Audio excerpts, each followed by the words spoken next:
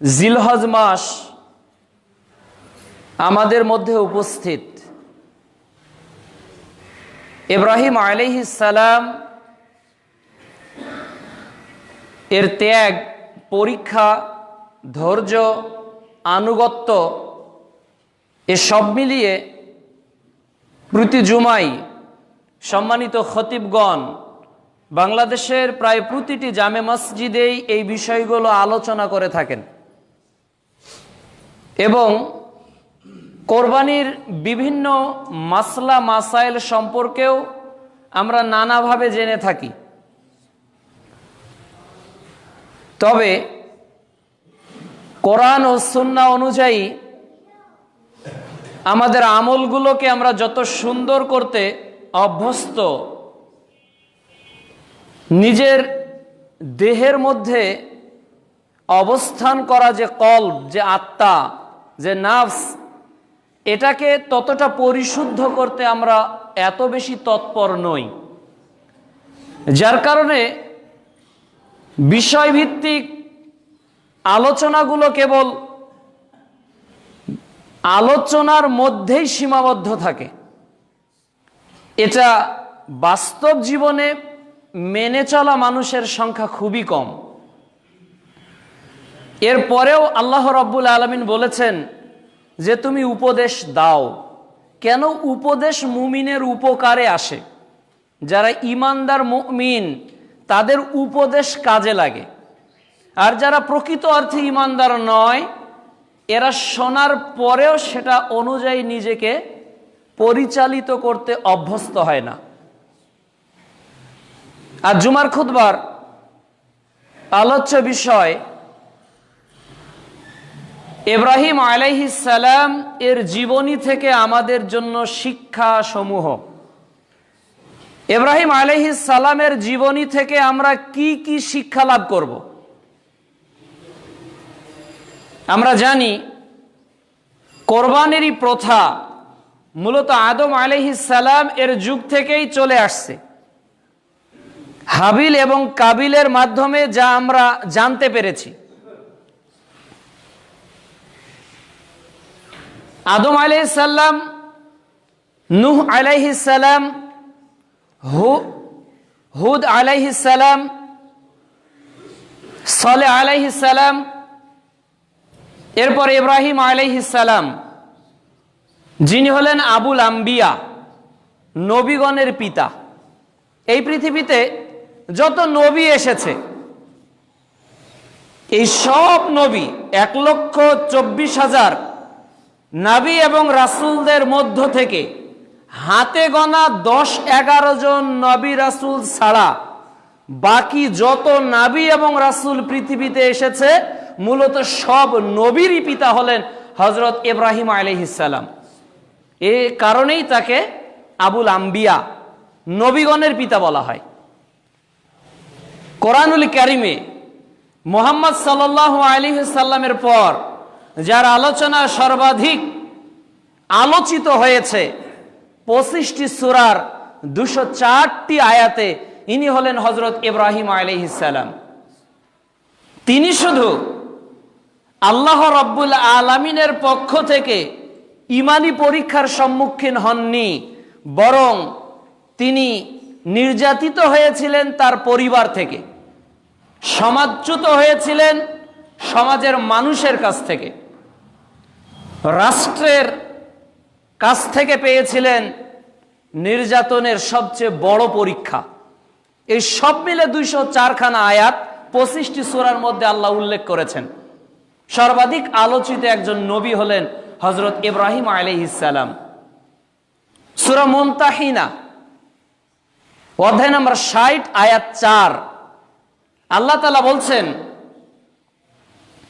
যে তোমাদের জন্য উত্তম আদর্শ, উসওয়াতুন হাসানা নিহিত রয়েছে ইব্রাহিম আলাইহিস সালামের মধ্যে এবং ওয়াল্লাযিনা মাআহু এবং তার অনুসারীদের মধ্যে।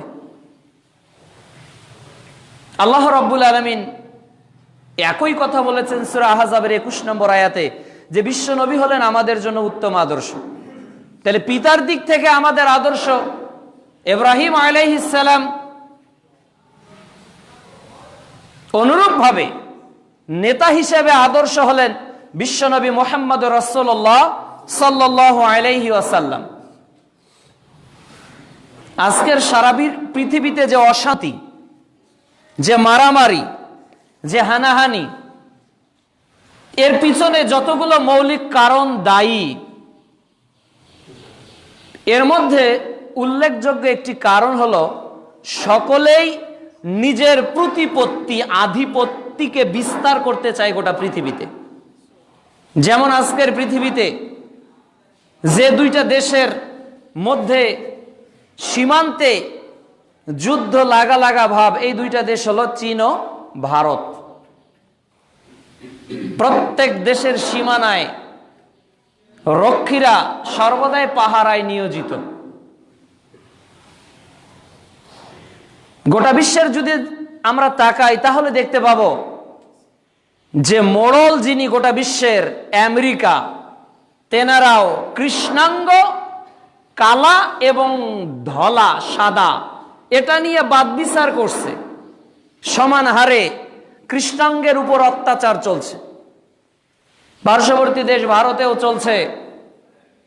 গণতন্ত্রের নামেও যদিও বা দেশটা সকলের কাছেই পরিচিত, কিন্তু মানুষের অধিকার সেখানে নেই বললেই চলে। সবার অধিকার রয়েছে, কেবল মুসলিমদের অধিকার নেই। এরপর আল্লাহ রাব্বুল আলামিন এই ইতিহাসগুলোই নয়, বরং পৃথিবীতে প্রতি যুগে যুগে যত ইতিহাস আমরা দেখতে পাই, খুঁজে পাবো যে দুর্বলরাই নির্যাতিত হয়েছে, নির্যাতিত হয়েছে দুর্বলরাই, আবার বিজয় লাভ করেছেও দুর্বলরাই। পৃথিবীতে নির্যাতিত হয়েছেও দুর্বলরা, আবার বিজয় লাভ করেছেও দুর্বলরা। মক্কা থেকে বিতাড়িত মুহাম্মদ সাল্লাল্লাহু আলাইহি ওয়াসাল্লাম পুনরায় কি মক্কা বিজয় করেননি? নমরুদের রোশানল থেকে নবী নিজেকে বাঁচানোর চেষ্টা করেছেন, সমাজ থেকে চলে গিয়েছেন, কিন্তু নমরুদ ইতিহাসে কলঙ্কিত হয়েছে। ইব্রাহিম আলাইহিস সালাম ইতিহাসে সম্মানিত হয়েছে। মুসা আলাইহিস সালাম ইতিহাসে কলঙ্কিত হননি, সম্মানিত হয়েছেন। ফেরাউন হয়েছে কলঙ্কিত। যুগে যুগে যারাই ক্ষমতার লোভে পড়ে, অর্থের লোভে পড়ে নির্যাতিত মানুষকে নির্যাতন করেন, এরা কিন্তু পৃথিবীর ইতিহাস থেকে একদিন হারিয়ে যায়, আর মানুষ তাদেরকে স্মরণীয় করে রাখে অত্যন্ত ঘৃণা ভরে। এই জন্য ইব্রাহিম আলাইহিস সালামের জীবনী থেকে আমাদের শিক্ষা যাতে আমাদেরকে সম্মানিত করে, ইব্রাহিম আলাইহিস সালামের শিক্ষার মাধ্যমে যাতে আমরা আমাদের জীবনকে আদর্শিত করতে পারি। আল্লাহ রাব্বুল আলামিন বলেন পবিত্র কোরআনুল কারীম সূরা হজ, আল্লাহ তাআলা ইরশাদ করতেছেন 37 নম্বর আয়াতে, লা ইয়ানালাল্লাহু লুহুমুহা ওয়ালা দিমাউহা ওয়ালাকিন ইয়ানালুহুত তাকওয়া মিনকুম। আমি তোমাদের নিকট কোরবানিকৃত পশুর গোশত চাই না, আমি রক্ত চাই না, আমি চাই তোমাদের তাকওয়া। কে পরহেজগার বেশি? আর রাসূল সাল্লাল্লাহু আলাইহি সাল্লাম বলেছেন আত-তাকওয়াউ হাহুনা, তাকওয়াটা হলো এখানে। আল্লাহ রাব্বুল আলামিন মানুষের চেহারার দিকে তাকান না, যে লোকটা ভালো না কালো, লোকটা লম্বা না বেটে, লোকটা মোটা না চিকন, এগুলোর দিকে আল্লাহ তাকান না। মানুষ পূর্ব দিকে কি পশ্চিম দিকে সেজদা দিচ্ছে, এর চেয়েও বেশি গুরুত্বপূর্ণ হলো তার ঈমান কি বলছে, তার অন্তঃকরণটা কি বলছে। This is most of important things. এটাই হলো সবচেয়ে গুরুত্বপূর্ণ বিষয়, যে আপনার ঈমান কি বলছে। ঈমানটাই হলো আল্লাহর নিকট সবচেয়ে প্রিয়। কিয়ামতের মাঠে একজন এমপির পদমর্যাদা অনুযায়ী তার মর্যাদা হবে না, একজন বিত্তবান অর্থশীল ব্যক্তির পদমর্যাদা অনুযায়ী কিয়ামতের মাঠে আল্লাহ রাব্বুল আলামিন তাকে রিওয়ার্ড দিবেন না, তাকে পুরস্কৃত করবেন না, বরং কিয়ামতের ময়দানে সবচেয়ে রিওয়াজ, সবচেয়ে ভ্যালুয়েবল থিংস যেটা, সবচেয়ে মূল্যবান জিনিস যেটা আল্লাহ সুবহানাহু ওয়া তাআলার নিকট, এর নাম হলো ঈমান। যার ঈমান যত বেশি দামি হবে তার সম্মান কিয়ামতের মাঠে আল্লাহ রাব্বুল আলামিন তত বেশি করে দিবেন। কাজে আপনার সম্পদ কত হয়েছে এটা আল্লাহর নিকট বিবেচ্য বিষয় নয়। আপনি চেয়ারম্যান কি মন্ত্রী কি এমপি কি জাতিসংঘের মহাসচিব, এটা আল্লাহর নিকট বিবেচ্য বিষয় নয়। আপনি কালো কি ধলা, এটা আল্লাহর নিকট বিবেচ্য বিষয় নয়।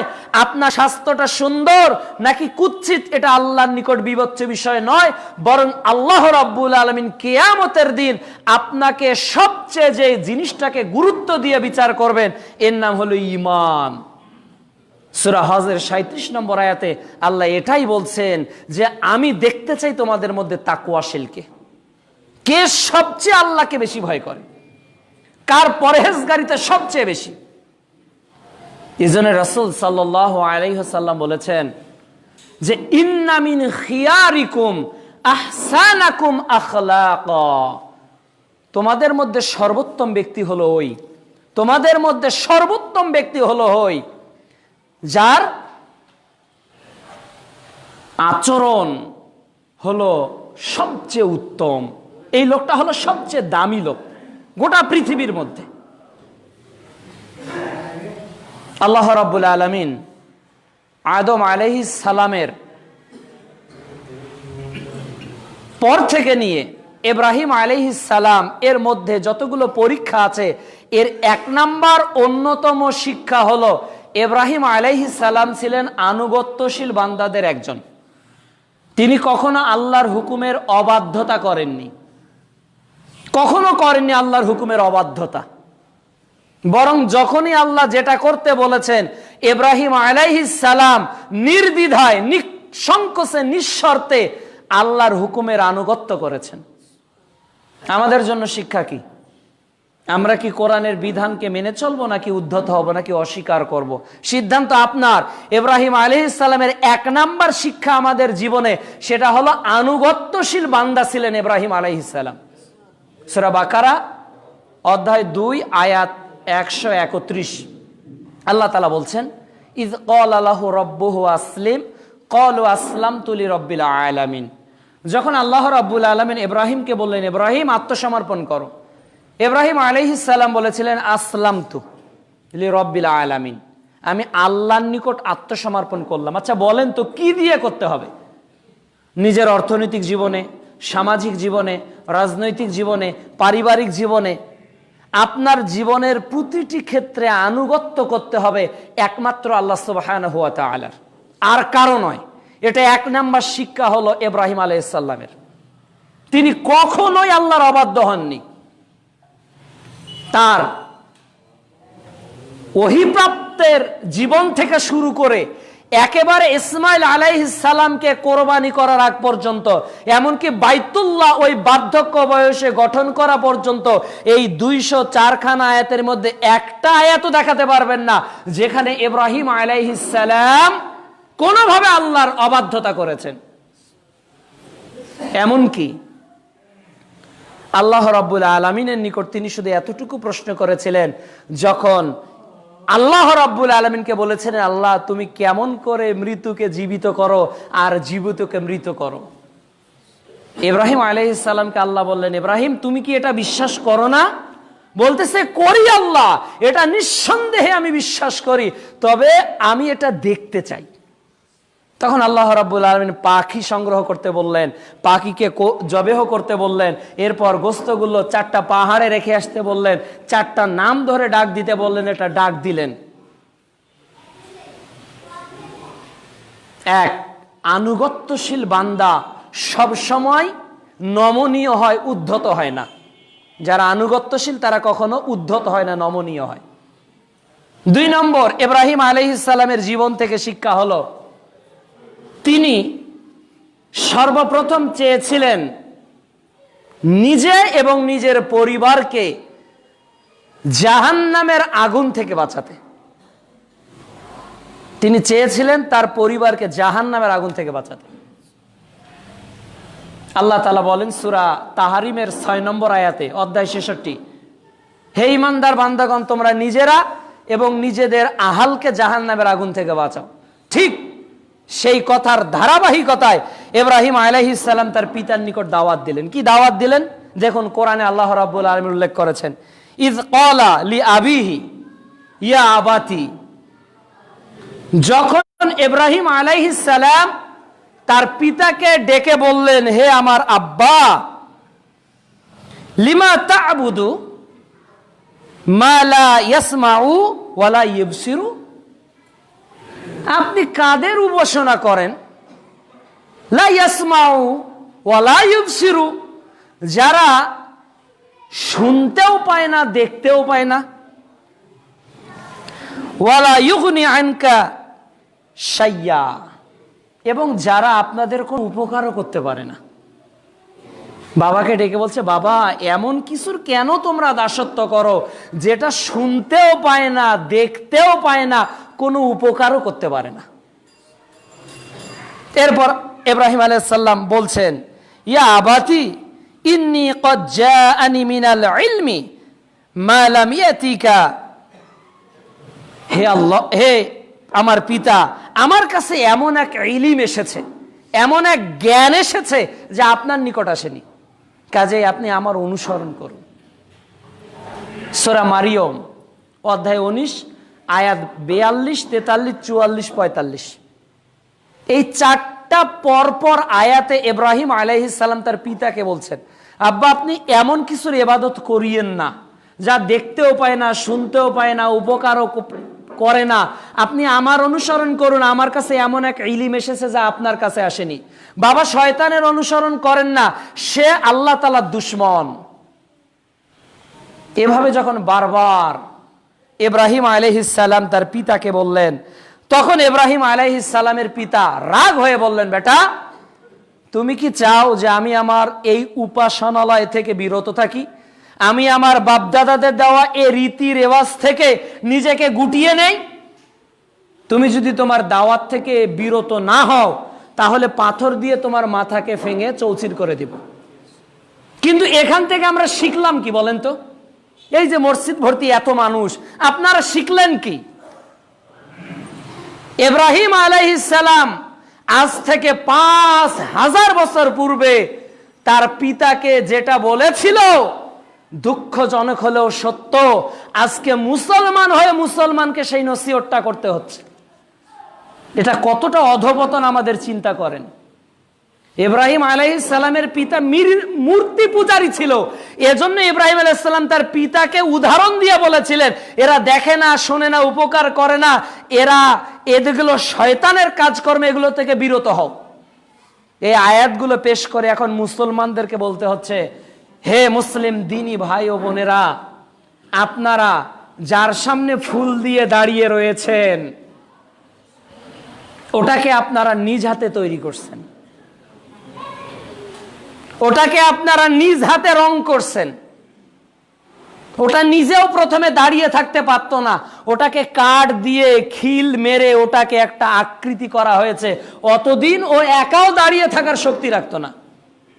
ওটাতে পানি দিয়েছেন, ওটাতে সিমেন্ট দিয়েছেন, রড দিয়েছেন, মিস্ত্রি ওটা ধীরে ধীরে ধীরে ধীরে গড়েছে। আবার ওইটা যখন গঠন হয়েছে ওটা আমাদের সম্মানিত স্থান হয়েছে। ওখানে জুতা পরে চলা যায় না, ওখানে জোরে কথা বলা যায় না, নানা রেস্ট্রিকশন। আচ্ছা বলুন, 5000 বছর আগের ইব্রাহিম আলাইহিস সালামের ওই শিক্ষা তার পিতার জন্য আজকেও আমরা নির্বাক নিষ্কর্মা একটা পাথরের সামনে, একটা সিমেন্টের সামনে দাঁড়িয়ে আছি। তাহলে ইব্রাহিম আলাইহিস সালামের পিতার আকীদা আর আজকে খাম্বা পূজাওয়ালাদের আকীদার মধ্যে পার্থক্য কোথায়? পার্থক্যটা কোথায়?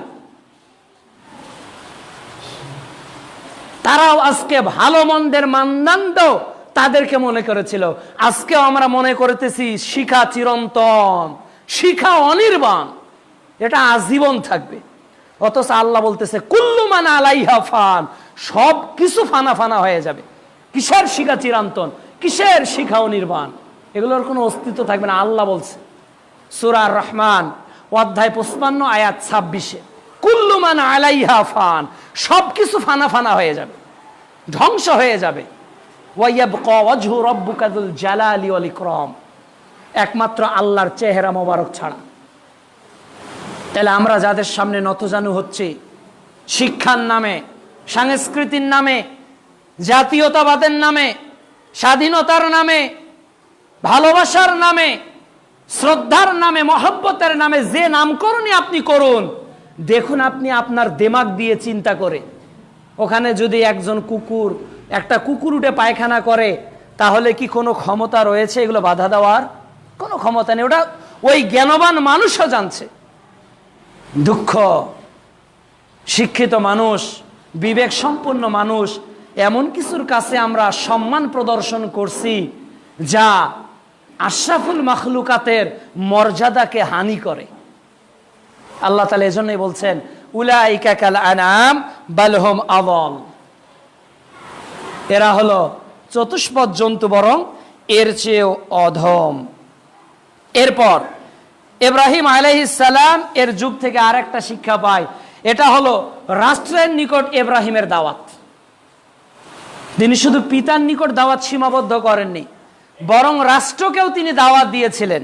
আল্লাহ রাব্বুল আলামিন বলেন সূরা বাকারা অধ্যায় 2 আয়াত 258, ইয ক্বালা ইব্রাহিম রাব্বিয়াল্লাযী ইউহয়ী ওয়া ইউমীতু, যখন ইব্রাহিম আলাইহিস সালাম বললেন নমরুদকে, নমরুদ আমার রব হলেন তিনি যিনি মৃত্যুকে জীবিত করেন আবার জীবিতকে মৃত্যু করেন। ক্বালা আনা ইউহয়ী ওয়া ইউমীতু, আমিও তো জীবিত করতে পারি, আমিও তো মেরে ফেলতে পারি।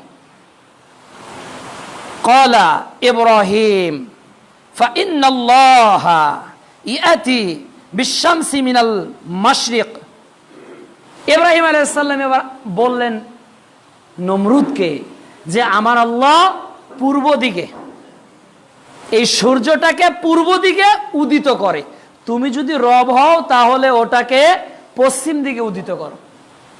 নমরুদ হতবিহ্বল হয়ে গেল, ভাষা হারিয়ে ফেলল। আজকের পৃথিবীর বাস্তবতা হলো এটাই। আজকের পৃথিবী যত চিৎকার দিক, যত ঝুংকার দিক, আজকের এই পৃথিবীতে রাজত্বকার আল্লাহ। আজকে এই পৃথিবীতে যদি আল্লাহর রাজত্ব না থাকতো, তাহলে ওই করোনা নামের ভাইরাসকে 8 মাস হয়ে গেল, 1.5 কোটি মানুষ আক্রান্ত হয়েছে, এখন পর্যন্ত এর প্রকৃত অর্থে প্রতিষেধক বের করা সম্ভব হয়নি। কাজেই গোটা বিশ্বের মোড়লরা, গোটা বিশ্বের সমাজ নেতারা, গোটা বিশ্বের রাজনীতিক নেতারা আজকে নির্বোধ হয়ে রয়েছে একটা অজানা ভাইরাসের নিকট। এরাই আবার মানুষকে শাসন করে, এরাই আবার মানুষের বিরুদ্ধে, কোরআনের বিরুদ্ধে গোটা বিশ্বে আইন রচনা করে, যারা একটা অদেখা ভাইরাসের প্রতিষেধক তৈরি করতে পারে না। তাহলে কিয়ামতের মাঠেও আল্লাহ রাব্বুল আলামিন বলবেন, সমস্ত আসমান জমিনকে এক হাতে নিয়ে বলবেন আজকে রাজত্ব কার? কোন উত্তর নেই, তিনি উত্তর দিবেন আজ রাজত্ব আল্লাহর। আবারও আল্লাহ বলবেন আজকে রাজত্ব কার? হে বিশ্বের নেতারা, হে বিশ্বের প্রধানমন্ত্রীরা, হে বিশ্বের আইন রচনাকারীরা, যারা কনস্টিটিউশনকে তৈরি করেছে, তারা আজকে কোথায়? আজকের সেই রাজাগুলো আজকে কোথায়? আজকের রাজাধিরাজ কে? কোন উত্তর পাওয়া যাবে না। আল্লাহ আবার বলবেন আজকের রাজাধিরাজ আমি আল্লাহই একা। কুল হুয়াল্লাহু আহাদ, তিনি আল্লাহ এক। আজকেও আমাদের উচিত আপনার মেধা অনুযায়ী, যোগ্যতা অনুযায়ী, আপনার সামর্থ্য অনুযায়ী স্থানীয় নেতাদেরকে কোরআন সুন্নাহর দাওয়াত দেওয়া, এটা আপনার দায়িত্ব। দেখেননি সংসদ ভবনের সেই লম্বা মুনাজাত? বুঝতে পেরেছে তারাও যে হ্যাঁ এটা আমাদের গজবেরই ফল, কিন্তু বাঁচার জন্য তো কেউই চেষ্টা করতেছি না। ওই মুনাজাতের পরই তো শুরু হয়েছে ৬,০০০ মানুষকে বিনা টেস্টে বিদেশ পাঠিয়ে দিয়েছে। সব পজিটিভ বলেছে নেগেটিভ, যার কারণে এই গত কয়েকদিন থেকে বাধ্য হয়ে করোনার সার্টিফিকেট ছাড়া কেউ বাইরে ভ্রমণ করতে পারছে না, বিদেশ যেতে পারতেছে না। সাধারণ মানুষ বিপদে পড়ে গেছে।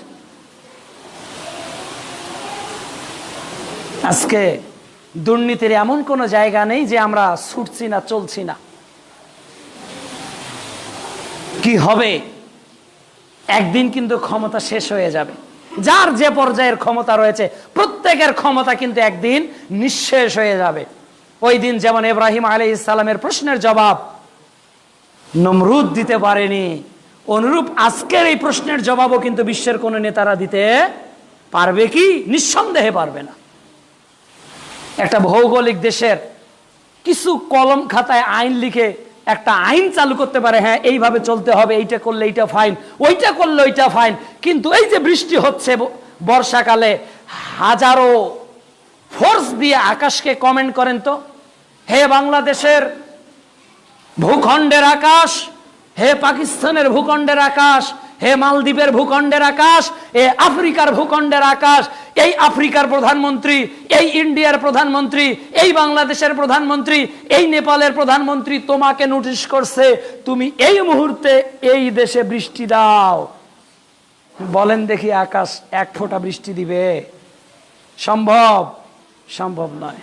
আবারও যদি বর্ষাকালে নোটিশ পাঠায় আমেরিকার প্রধানমন্ত্রী, চীনের প্রধানমন্ত্রী, মালদ্বীপের প্রধানমন্ত্রী, হে আকাশ আমার এই ভূপৃষ্ঠের মধ্যে যতটুকু জায়গা তুমি দখল করে আছো, তোমার যে বৃষ্টি বর্ষণ হচ্ছে এটাকে এখনই বন্ধ করো।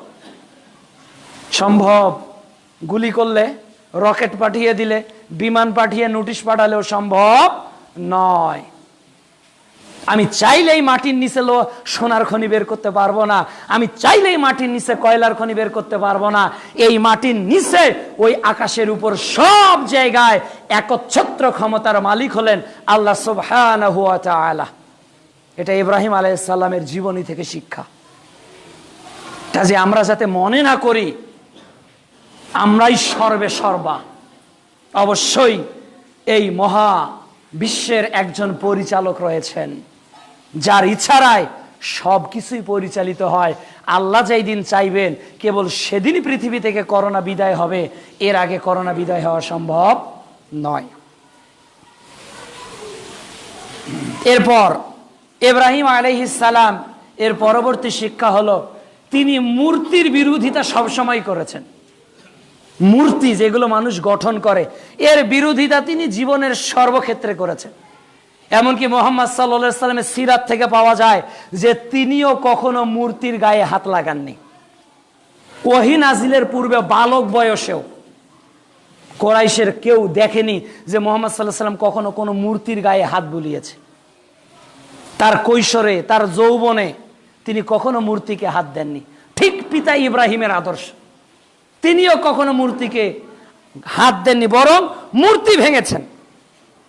আল্লাহ রাব্বুল আলামিন পবিত্র কোরআনুল কারিমে বলছেন সূরা আম্বিয়ার ৫৮ নম্বর আয়াতে, যখন ইব্রাহিম আলাইহিস সালামকে বলা হলো যে চলো আজকে উপাসনালয় করি, উৎসবে যাই, ইব্রাহিম আলাইহিস সালাম আকাশের দিকে তাকিয়ে বললেন আমি অসুস্থ, আমি যেতে পারবো না। যখন তারা চলে গেলেন তখন ইব্রাহিম আলাইহিস সালাম তাদের উপাসনালয়ে গিয়ে ঢুকলেন। এরপর বললেন আলা তাকুলুন, তোমরা এগুলো খাচ্ছ না কেন? যেগুলো খাবার দেয় না মানুষ, অনেক কিছু দেয়, যে তোমরা এগুলো খাচ্ছ না কেন? তোমাদের সামনে যে এত মিষ্টান্ন, এত সুন্দর খাবার, তোমরা খাচ্ছ না কেন? তো কোনো সাউন্ড নেই। এগুলো কি কথা বলার শক্তি রাখে? পারে না। যখনই কোনো কথা নেই ইব্রাহিম আলাইহিস সালাম লাঠি একটা কুঠার নিয়ে সব মূর্তিকে একটার পর একটা ভাঙতে শুরু করলেন, ইল্লা কাবীরা, বড়টা ছাড়া যত মূর্তি ছিল তাদের উপাসনালয়ে সব মূর্তি ভাঙলেন। বড়টার উপর লিখে দিলেন, কেন? যাতে তারা তার দিকে ফিরে আসে। লোকজন যখন উৎসব থেকে ফিরে এসে বাড়িতে ঢুকল, তাদের উপাসনালয় দেখলো সব মূর্তি ভাঙা। কে ভাঙলো? যুবক ইব্রাহিমকে ডাকো। ইব্রাহিমকে ডাকা হলো, বলা হলো ইব্রাহিম এই মূর্তি কে ভেঙেছে? বলতেছে বড়টার কাঁধে কুঠারি। ওটাকেই জিজ্ঞাসা করেন ওরা ভাঙলো কেন? ওরা কি ধর্মঘট করে ভেঙেছে? ওরা কি মিছিল করতে গিয়ে ভাঙে গেছে? না বড়টাই তাদের উপর রাগ হয়ে ভেঙে ফেলেছে, কেউ নাই দেখে, ওটাকেই জিজ্ঞাসা করেন। তখন তারা বলল, ইব্রাহিম, তারা তো কথা বলতে পারে না।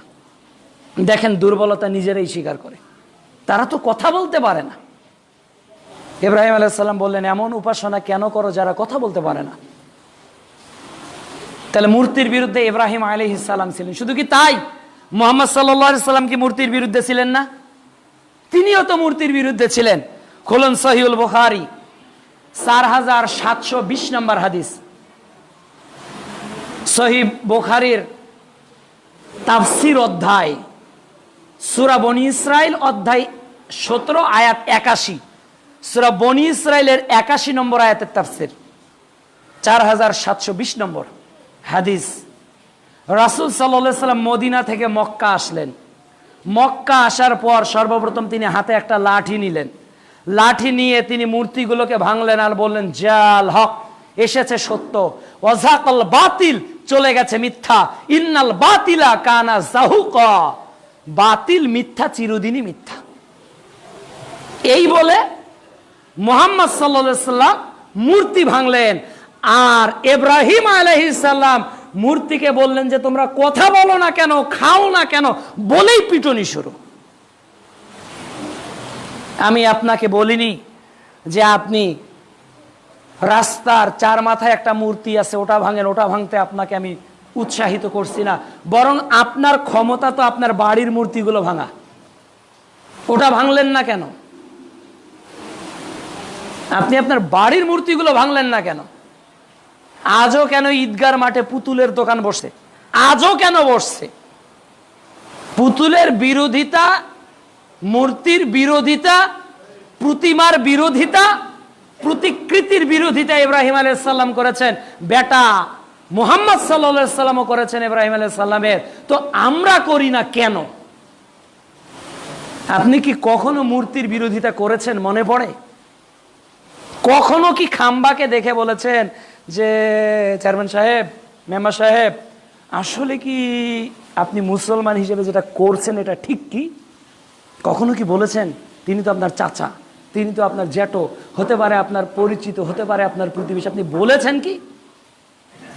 হেডমাস্টারকে কি বলেছেন, হেডমাস্টার সাহেব, আমি তো এই স্কুলের শিক্ষক, আপনি খাম্বার কাছে ফুল দেন কেন? আরে বলারই সাহসটুকু রাখি না আমরা, বলারই সাহসটুকু রাখি না, বলবো এতটুকু সাহস আমাদের নেই। অথচ ইব্রাহিম আলাইহিস সালাম ভেঙেছিলেন, মুহাম্মদ সাল্লাল্লাহু আলাইহি সাল্লাম ভেঙেছিলেন, আমরা বলছি না। জাতীয় মসজিদ বাইতুল মুকাররমের ইমাম বলে না যে মোড়ে মোড়ে মূর্তি পূজা বন্ধ করুন, নেতাদের প্রতিকৃতি তৈরি করা বন্ধ করুন, আল্লাহর গজব নাজিল হবে। মানুষের পাপ থেকে মানুষকে পরিশুদ্ধ করার জন্য আল্লাহ বিভিন্ন সময় গজব নাজিল করে, হাদিস তো সহিহ সনদে বর্ণিত হয়েছে। আর কোরআনেরই তো আয়াত, জাহারাল ফাসাদু ফিল বাররি ওয়াল বাহর বিমা কাসাবাত আইদিন নাস, পৃথিবীতে যত বিপর্যয় আসবে এটা মানুষের হাতের কামাই। তো আমরা তো বলছি না আল্লাহ আর প্রতিমা তৈরি করব না, আর মূর্তি তৈরি করব না। বিপদ একটার পর একটা লেগেই আছে বাংলাদেশ। এই যে বন্যা, 30 লক্ষ মানুষ এখন পানিবন্দী, আজকের খবর। 30 লক্ষ মানুষ, 25টি জেলার 30 লক্ষ মানুষ পানিবন্দী অবস্থায় আছে। নদী ভাঙন শুরু হয়েছে, বিভিন্ন বাড়িঘর ভেসে গেছে, ভেঙে গেছে, প্রতিষ্ঠানগুলো ভেঙে গেছে, ভেসে গেছে, হেলে পড়ছে। 30 লক্ষ মানুষ এখন পানিবন্দী 25টি জেলায়। এদিকে করোনা, এদিকে নৌকাডুবি, এদিকে চোর, এদিকে দুর্নীতিবাদ, কত অপকর্মের মধ্যে আমরা লিপ্ত। একবার চিন্তা করেন আল্লাহর কতটা আযাবের মধ্যে আপনি বাংলাদেশটা কি শুধু চিন্তা করেন। এরপরেও দেখলাম গতকালকে সিলেটে স্ত্রী আর সন্তান নিখোঁজ, বাড়ির রুম ভেঙে, দরজা ভেঙে স্বামীর লাশ উদ্ধার, লিঙ্গ কাটা, তার লজ্জাস্থানকেও কেটে ফেলেছে, তার ঘাড়ে তার গলায় অনেকগুলো আঘাত, ওখানেই রক্তাক্ত অবস্থায় পড়ে আছে। স্ত্রীও নেই, সন্তানও নেই, মানে হয়তো এটা স্ত্রী স্বামীর কোনো ঘটনা। এরপরে ধর্ষণ চলছে, এরপরেও অন্যায় অপকর্ম চলছে, এরপরেও চিকিৎসা খাতে দুর্নীতি চলছে, এরপরেও আমরা সজাগ হচ্ছি না। আমরা মনে করতেছি হেলায় খেলায় দিন চলে যাচ্ছে। এটা যে মহামারী, এটা যে মহামারী, এটা যে মহামারী, এটা কে বিশ্বাস আজকে করছে? করোনা যে মহামারী, এটা কি বিশ্বাস হয়? রাসূল সাল্লাল্লাহু আলাইহি সাল্লাম ভয় পেয়েছিলেন, দোয়া বাতলিয়ে দিয়েছেন, শিখিয়ে গিয়েছেন, আর করোনাকে আমরা ভয়ই করছি না। দেশে 1,19,00,000 গরু আছে। প্রতি এবার কোরবানিতে যারা প্রাণী সম্পদ অধিদপ্তর বলে দিয়েছে বাংলাদেশে এবছর গরু জবেহর সম্ভাব্য পরিসংখ্যান 1,09,00,000, আর গরু আছে 1,19,00,000। এই 9-10 লক্ষ গরু বেশি থাকার পরেও বাইরের দেশ থেকে গরু আসছে কেন? কারণ কি? চোরা পথে 500 টাকা 1000 টাকার বিনিময়ে এই এক দেশের গরু আর একদিকে আসছে। কারা নিয়ে আসছে? কোনো মদত ছাড়াই, কোনো ইশারা ছাড়াই। এদেশের যারা গরুর খামারি, যারা এদেশের কৃষক, যারা এদেশের গরু দিয়ে যারা যাদের জীবিকা নির্বাহ করে, আজকে বাজারে পেপার পত্রিকায় যে হাট ভর্তি গরু ক্রেতা নেই কেন? এটাও একটা বিপদ, এটাও গজব। প্রতি বছর প্রায় 15 লক্ষ মানুষ হজে যায়, হজ করতে। এবার গোটা বিশ্বে মাত্র 10,000 মানুষ। 10,000। গত 19 সালে গেজেট প্রকাশিত হয়েছিল, প্রতি বছর বাংলাদেশ থেকে 1,27,000 হাজি যায়, কিন্তু ওই গেজেটে বলা হয়েছে 2020 সালে যাবে 1,37,000। 1,37,000 তো দূরের কথা, গোটা বিশ্ব মিলে 10,000। এরপরেও সৌদি সরকার বলেছে এই রেস্ট্রিকশন মানতে হবে, না হলে এত হাজার রিয়াল জরিমানা, এত হাজার রিয়াল জরিমানা, এটা বলে দিয়েছে। এই সময় গোটা বাইতুল্লাহ, আল্লাহু আকবার, আল্লাহ, গোটা বাইতুল্লাহতে তাকবীর ধ্বনিতে প্রকম্পিত হয়ে যেত। লাব্বাইক আল্লাহুম্মা লাব্বাইক, লাব্বাইক লা শারীকা লাকা লাব্বাইক, ইন্নাল হামদা ওয়ান নি'মাতা লাকাল মুলক, লা শারীকা লাকা লাব্বাইক। লক্ষ লক্ষ 15 লক্ষ হাজি এইভাবে বাইতুল্লাহ, এইভাবে সাফা মারওয়া, এইভাবে বিভিন্ন জায়গা পাথর নিক্ষেপ করত। আজকে সেই দর্শনগুলো থেকে আমরা মাহরুম হয়ে যাচ্ছি। ইমানদারদের ব্যথিত হওয়ার কথা। যে জায়গায় বাংলাদেশ থেকে 1,37,000 হাজি 2020 সালে যাওয়ার কথা ছিল, সে জায়গায় গোটা বিশ্বে মাত্র 10,000। কতটা ব্যথিত আমরা, কতটা ব্যথিত! এ ব্যথা তো আমাদের নেই, কেননা ইমানের মূল্যায়নই তো আমরা বুঝি না। লা ইয়ানালাল্লাহু লুহুমুহা ওয়ালা দিমাউহা ওয়ালাকিয়ানালুহুত তাকওয়া মিনকুম। গোশত আল্লাহর দরকার নেই, রক্ত আল্লাহর দরকার নেই। আল্লাহ দেখতে চায় তাকওয়াশীলকে, কে পরহেজগার, কার মধ্যে আল্লাহ ভীতি রয়েছে। কাজেই মূর্তি থেকে নিজেকে বিরত রাখুন, মূর্তি পূজা থেকে নিজেকে বিরত রাখুন, নিজের ঘরকে ছবি মূর্তি মুক্ত করুন। রাসূল সাল্লাল্লাহু আলাইহি ওয়াসাল্লাম বলেছেন, ওই গৃহে রহমতের ফেরেশতা প্রবেশ করে না যে গৃহে ছবি মূর্তি থাকে। ওই গৃহে রহমতের ফেরেশতা প্রবেশ করবে না। অনেক সময় টিনের মধ্যে ছবি পাওয়া যায়, এরপর বিভিন্ন লোশনে ছবি পাওয়া যায়, ক্রিমে ছবি পাওয়া যায়, বিভিন্ন পেপসুডেন্টের ছবি পাওয়া যায়। এই ছবিগুলো বাজার থেকে কেনার পর রিমুভ করে দিতে হবে, কালি মেখে দিতে হবে, চেসে ছবি উঠিয়ে ফেলতে হবে। এগুলো আমল আপনার পরিবারে করা দরকার, যেটা ইব্রাহিম আলাইহিস সালাম করেছিলেন। এরপর ইব্রাহিম আলাইহিস সালাম এর জীবনের শিক্ষা হলো, তিনি তার পরিবার থেকে বিচ্যুত হয়ে আল্লাহর পথে যখন পাড়ি জমালেন, মাঝখানে যে বিপদের সম্মুখীন হলেন। এর পূর্বের বিপদ আমরা জানি, যখন মূর্তির ভাঙার বিরুদ্ধে কথা বললেন, তখন এলাকার মানুষ তাকে আগুনে ফেলে দেওয়ার ব্যবস্থা করলো। ফি জিলালিল কুরআনের তাফসীর কারক সৈয়দ কুতুব রাহমাহুল্লাহ কে যখন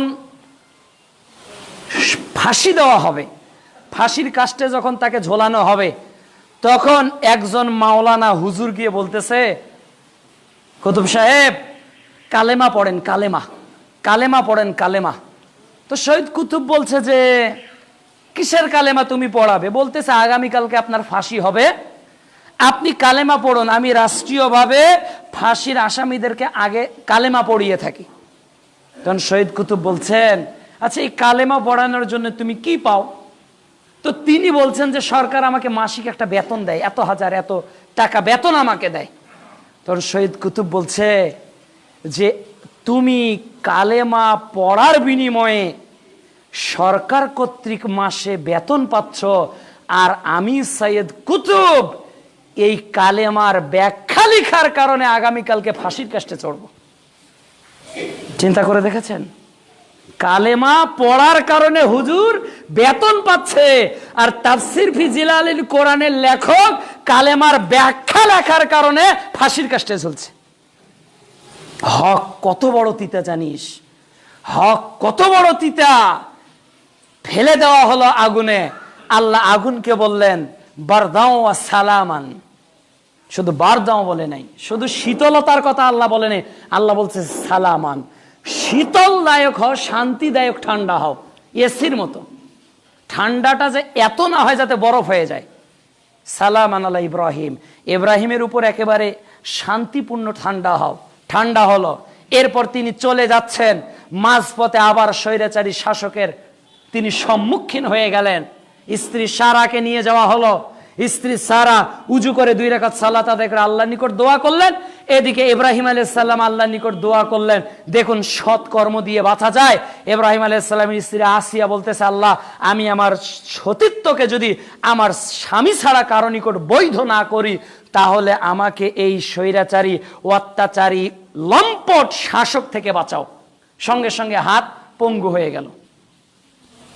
বলল যে তুমি তোমার এই জাদুবিদ্যা দিয়ে আমাকে ঠিক করো। তিনি আল্লাহর নিকট দোয়া করলেন, ঠিক হলো। আবারও আক্রমণ করলেন, পরপর কয়েকবার চলল। এরপর তিনি তাকে ছেড়ে দিলেন, উপঢৌকন হিসেবে হাজেরাকে দিলেন, যার ঘরেই এসেছে মুহাম্মদুর রাসূলুল্লাহ সাল্লাল্লাহু আলাইহি ওয়াসাল্লাম। আর সারার ঘরে আল্লাহ পরে দিয়েছিলেন ইসহাক আলাইহিস সালামকে, অন্যান্য নবীদেরকে, যার ওই সিরিয়াল হলো সারা, সিরিয়াল হলো বনি ইসরাইল। আর ইসমাইল আলাইহিস সালাম এর বংশ থেকেই জন্ম নেয় আখরি জামানার পয়গম্বর শেষ নবী মুহাম্মদুর রাসূলুল্লাহ সাল্লাল্লাহু আলাইহি সাল্লাম। বাচ্চা বড় হতে না হতেই দেখুন পরীক্ষা। আল্লাহর নিকট নিজের সৎ আমল পেশ করে দোয়া করেছেন ইব্রাহিম আলাইহিস সালাম। আপনি বিপদে পড়লে কি আল্লাহকে এমন কিছু বলতে পারবেন? বলেন তো। আপনি বিপদে পড়েছেন, আপনার স্ত্রী বিপদে, সন্তান বিপদে, আপনার বাবা অসুস্থ, মা অসুস্থ, এখন আল্লাহকে বলেন, আল্লাহ তোমার দ্বীনের জন্য আল্লাহ এই উপকারটা করেছে, আল্লাহ এর বিনিময়ে তুমি আমাকে রক্ষা করো। আল্লাহর জন্য তো কোনো সৎ আমলই নেই। আল্লাহর জন্য যেটা স্রেফ আল্লাহর জন্য। সমাজের চাপে, এলাকার চাপে, সম্মানের চাপে অনেক আমল করেছে, আল্লাহর জন্য করেছে কি মনে পড়ে? ওই যে 3 জন গুহায় আটক হলো, সবাই কিন্তু আল্লাহর জন্য যেগুলো করেছে এগুলো পেশ করেছে। বোঝা গেল নেককার বান্দাদের সৎ আমলের বিনিময়ে আল্লাহ দোয়াকে কবুল করে থাকেন, যেটা ইব্রাহিম আলাইহিস সালামের স্ত্রী এবং তার দোয়া থেকে শিক্ষা। এবার বড় হলো ইসমাইল আলাইহিস সালাম। এবার বললেন যে ইব্রাহিম রেখে আসো। কার মহব্বত সবচেয়ে বেশি, স্ত্রীর, সন্তানের না আল্লাহর? বলেন এখন কার মহব্বত সবচেয়ে বেশি? আল্লাহর মহব্বত সবচেয়ে। আল্লাহর আনুগত্যের ডাক আগে। কিসের আমার স্ত্রী, কিসের আমার সন্তান, আগে আল্লাহ। কে বলতে পারে ভাই একটু দাওয়াতের কাজ করেন, স্ত্রী সমস্যা, ভাই একটু দিনের পথে সময় দেন, সন্তানের পড়াশোনা, রাত দিন অজুহাত দিচ্ছি এই পরিবারের পরিজনের। অথচ ইব্রাহিম আলাইহিস সালাম এর উল্টো। কি শিক্ষা নিলেন আপনি আমি? কিসের স্ত্রী, কিসের সন্তান, আল্লাহর আনুগত্য আগে। রেখে আসো। রেখে আসলেন ধুধু প্রান্তরে, মক্কার আশেপাশে কোনো একটা জায়গায়, সাফা মারোয়ার মাঝামাঝি রেখে আসলেন। খেজুর দিলেন কয়েকটা, পানি দিলেন, এরপর চলে গেলেন। এতটুকু স্ত্রী বললেন যে আপনি কি এখানে আল্লাহর হুকুমে রেখে যাচ্ছেন? হ্যাঁ, এখানে আল্লাহর হুকুমে রেখে যাচ্ছি। সেই মরুভূমির কথা চিন্তা করেন, আশেপাশে 15, 20, 50 কিলোমিটার আশেপাশে কোনো মানুষজন নেই, কোনো মানুষই নেই, শুধু ধুধু প্রান্তর। এখন তো মক্কায় এমন কোনো জিনিস নেই যে ওটা পাওয়া যায় না। ওটা তো ইব্রাহিম আলাইহিস সালামের দোয়া, এটা ইব্রাহিম আলাইহিস সালামের দোয়া। আজকে মক্কার এই সৌন্দর্য ইব্রাহিম আলাইহিস সালামের দোয়ার বদলত। ভুলে তো আমরা গিয়েছি, শুধু খেজুরই খাই, আজওয়া খাবো নাকি মারিয়ম খাবো নাকি এটা দাভাস খাবো, রাত দিন শুধু খেজুর, এরপর জমজমের পানি। কিন্তু ইতিহাস তো পর্যালোচনা করি না, ইতিহাস অনুযায়ী তো আমল করি না। আল্লাহর হুকুমে রেখে যাচ্ছেন, আচ্ছা আল্লাহ আমাকে ধ্বংস করবে না। চলে গেলেন, দোয়া করলেন, আল্লাহ এনাদেরকে নামাজি বানাও, পরহেজগার বানাও, নামাজি হিসেবে কবুল করলো। চলে গেলাম, পানি শেষ, খেজুর শেষ। সাফাতে উঠে দেখলেন লোকজন আছে কিনা নেই, মারোয়াতে উঠে দেখলেন লোকজন আছে কিনা নেই, সাফাতে আবার লোকজন নেই, মারোয়াতে আবার লোকজন নেই, দৌড়াচ্ছে। 7 বার হাজিদের আমল, হাজিদের আমল দেখুন কোথায় 5000 বছর আগে ইব্রাহিম আলাইহিস সালাম। আরে নবী তো নবীর আদর্শ রয়েছে, নবীর স্ত্রীরও আদর্শকে আল্লাহ রাব্বুল আলামিন কিয়ামত অবধি হাজিদের আমলের একটা অংশ হিসেবে কবুল করে নিয়েছেন। সুবহানাল্লাহ। ইব্রাহিম আলাইহিস সালাম তো নবী হিসেবে নবী আদর্শ, ইব্রাহিম আলাইহিস সালামের স্ত্রী হাজেরার আদর্শকেও, ওই দৌড়াদৌড়িকেও আল্লাহ রাব্বুল আলামিন হাজিদের আমল হিসেবে গণ্য করে দিয়েছেন। ত্যাগ, তিতিক্ষা, ধৈর্যের প্রতিদান হলো এটা, এটাই হলো প্রতিদান। আসলো লোকজন, পানি, পাখি উড়ালো, বসবাস শুরু হয়ে গেল। ওখানে ইসমাইল আলাইহিস সালাম ওখানেই পরবর্তীতে বিয়ে করেছেন, ওখানেই তিনি ঘর সংসার করেছেন। কিছুদিন পর বাচ্চা যখন বড় হলো ইসমাইল, এবার চলে আসলেন বাবা। এবার চলে এসে আল্লাহ রাব্বুল আলামিন যেটা বলছেন যে ইব্রাহিম আলাইহিস সালাম স্বপ্নে যেটা দেখলেন, সন্তানকে বললেন ইয়া আবাতিফ আলমাত উমার সাতাদুনিনি ইনশাআল্লাহু মিনাস সাবিরিন। ইব্রাহিম আলাইহিস সালাম যখন তার পিতা তার সন্তানকে বললেন ইয়া বুনাইয়া ইন্নী আরা ফিল মানামি আন্নী আযবাহুকা ফানজুর মাজা তারা। আব্বা, বেটা আমি স্বপ্নে দেখলাম বাবা তোমাকে কোরবানি করছি। What's your opinion about this dream? এই স্বপ্ন সম্পর্কে তোমার মতামত কি? ইব্রাহিম আলাইহিস সালামের সন্তান ইসমাইল এখনো যৌবনে পদার্পণ করেননি, কিন্তু আনুগত্য কাকে বলে দেখেন। বাপ যোগ্যতা সম্পন্ন হলে বেটাও যোগ্যতা সম্পন্ন হবে। ইব্রাহিম আলাইহিস সালাম যার জাজল্যমান প্রমাণ, দোয়া করেছিলেন নেককার সন্তানের। করেছেন কি আপনার সন্তানের জন্য? আল্লাহ আমার রব্বি হাবলি মিনাস সলিহিন, আল্লাহ আমার সন্তানকে নেককার বানাও। রাত দিন আল্লাহ ভার্সিটিতে যদি চান্স পায়, আল্লাহ বিসিএস ক্যাডারে যদি পাশ হয় এবার 49 প্রিলিতে, আল্লাহ 41 প্রিলিতে যাতে টেকে, আল্লাহ 39 রিটেনে যাতে টেকে, আল্লাহ এবার যাতে নিবন্ধনে টেকে, আল্লাহ এবার যাতে মেয়েটা সরকারি চাকরি পায়, আল্লাহ ছেলেটা যদি সরকার। রাত দিন দুনিয়া নিয়ে দোয়া করছে, একবারও বলে না রব্বি হাবলি মিনাস সলিহিন, আল্লাহ নেককার সন্তান দান করো, নেককার সন্তান দান করো, নেককার সন্তান দান করো। খালি দুনিয়াদার দুনিয়াদার দুনিয়াদার। কতজন পিতা নেককার সন্তান কামনা করে? এই জন্য পিতা ইব্রাহিম হন, ইসমাইল আলাইহিস সালামকে আল্লাহ পয়দা করে দিবেন ইনশাআল্লাহ। এবার ছেলে বলল ইয়া আবা তিফআল মা তুমার। সূরা সফফাত অধ্যায় 37 আয়াত 101 থেকে নিয়ে 110 পর্যন্ত। আব্বা আপনি স্বপ্নে যা দেখেছেন তাই করেন। দুজনে যখন সিদ্ধান্তে উপনীত হলো, এরপর ইব্রাহিম আলাইহিস সালাম কোরবানি করবেন। এবার আল্লাহ রাব্বুল আলামিন ইব্রাহিম আলাইহিস সালামকে ডেকে বলেন, ইব্রাহিম থাক, কদ সাদ্দাকতার রুহ, তুমি তোমার স্বপ্নকে বাস্তবায়ন করেছো। আমি এই আমলটাকে তোমার আখিরি যত মানুষ রয়েছে আসবে সবার জন্য এটা আমি জারি করে রেখে দিলাম। ওই কোরবানির বিনিময়ে আজকে আমরা কোরবানির পশুকে জবেহ করছি। কিন্তু ত্যাগ একবার চিন্তা করেন, একটা মানুষ বয়স হয়েছে, নবুয়ত প্রাপ্ত হয়েছে, পিতা বলছে মারছে, বাড়ি থেকে বের করে দিল, সমাজের লোকের কাছে গিয়ে বলতেছে এগুলো করো না, সমাজের লোক ত্যাগ করলো। রাষ্ট্রের নেতার কাছে গিয়ে বলল যে দেখেন আল্লাহ পূর্ব দিকে সূর্য ওঠে, পশ্চিম দিকে আপনি পারবেন না। তো তার উপর অত্যাচার হলো, আগুনে ফেলা হলো, এলাকা থেকে তাড়িয়ে দেওয়া হলো। যাবে তো যাবে, আবার মাঝখানে বিপদ, স্ত্রীকে নিয়ে চরিত্র হনন করার চেষ্টা করা হলো।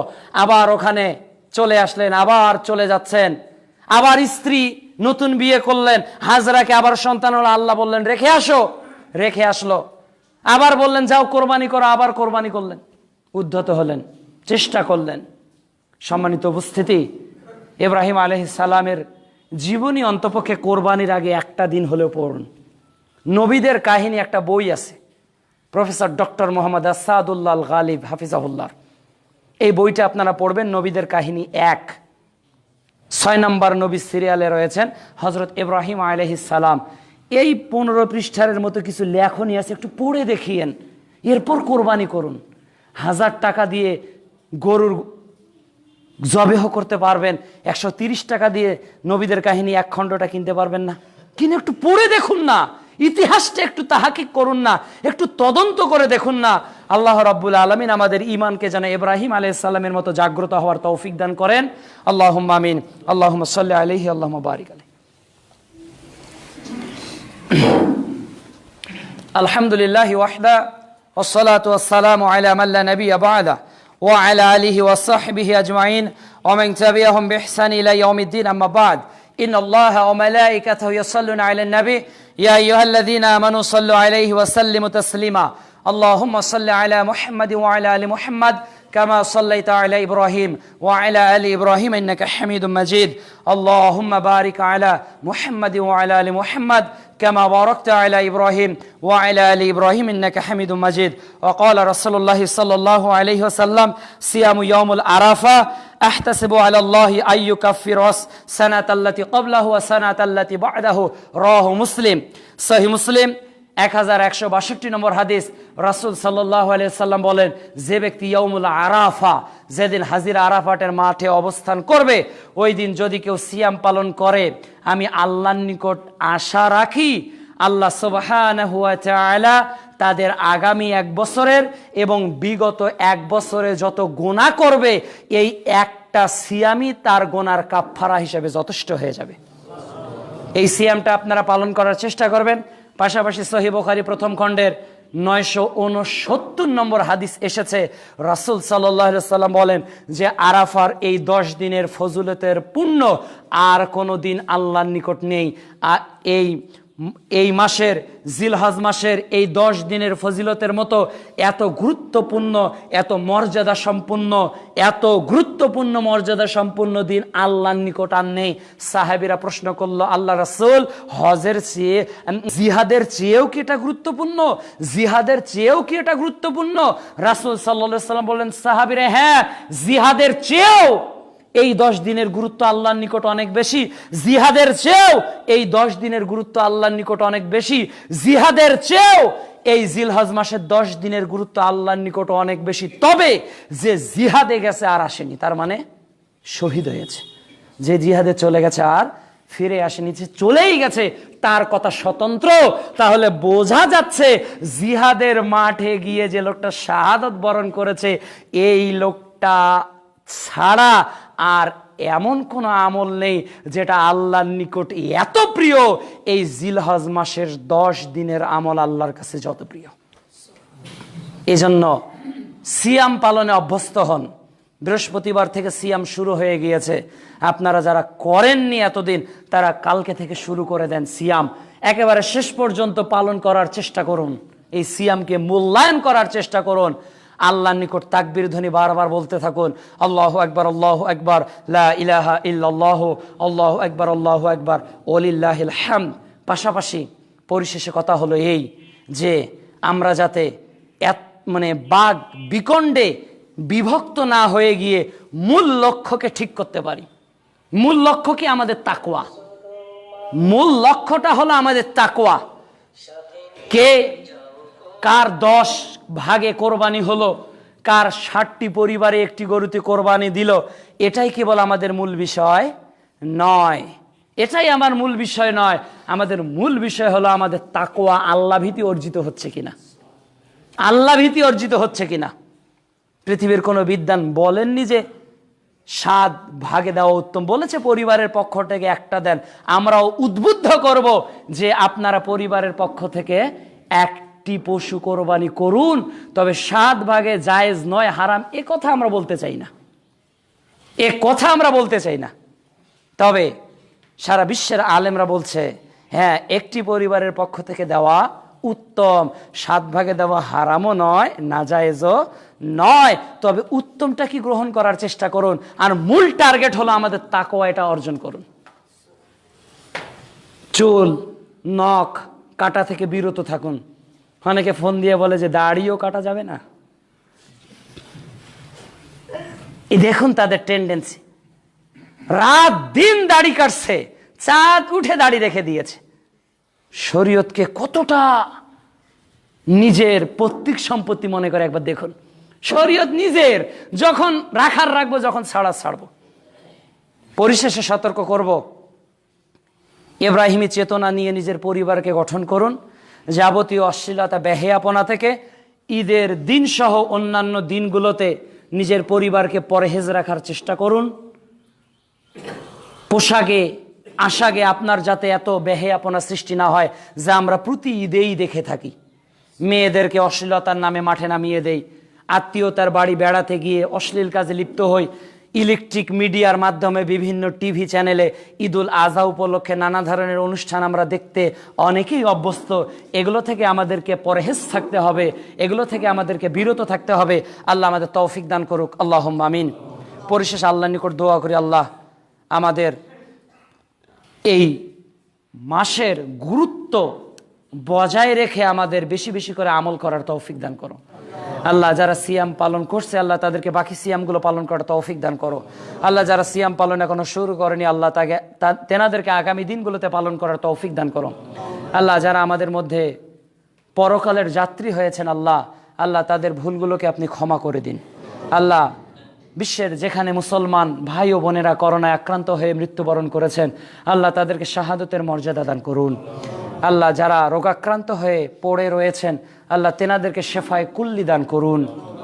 আল্লাহ অনেক ব্যক্তিরা, অনেক নায়ক, অনেক ক্রিকেটার পর্যন্ত আক্রান্ত হয়েছে, অনেক ক্রিকেটারের বাবা মাও আক্রান্ত হচ্ছে, অনেকে আবার অনেক কণ্ঠশিল্পী কণ্ঠরোধ হয়ে পৃথিবী থেকেও চলে যাচ্ছে।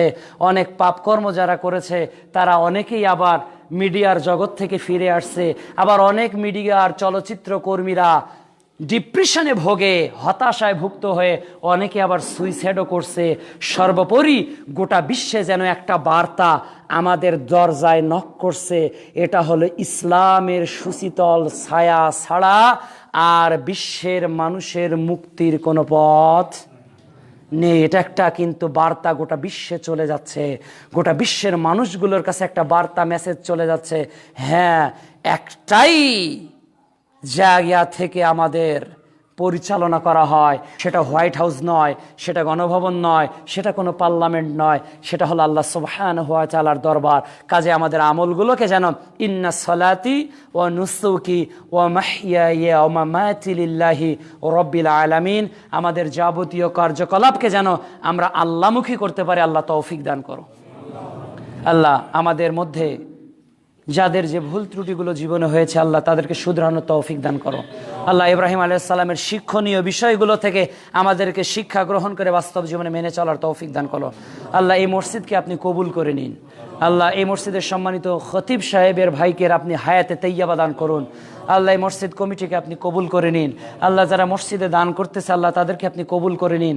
সর্বোপরি আমাদের আমলগুলোকে আপনার দরবারে কবুল করে নিন। আল্লাহুম্মা আমিন। আল্লাহুম্মা ইন্নী আউযু বিকা মিনাল বারাসি ওয়াল জুনুনি ওয়াল জুজামি ওয়া মিন সাইয়্যিল আসকাম।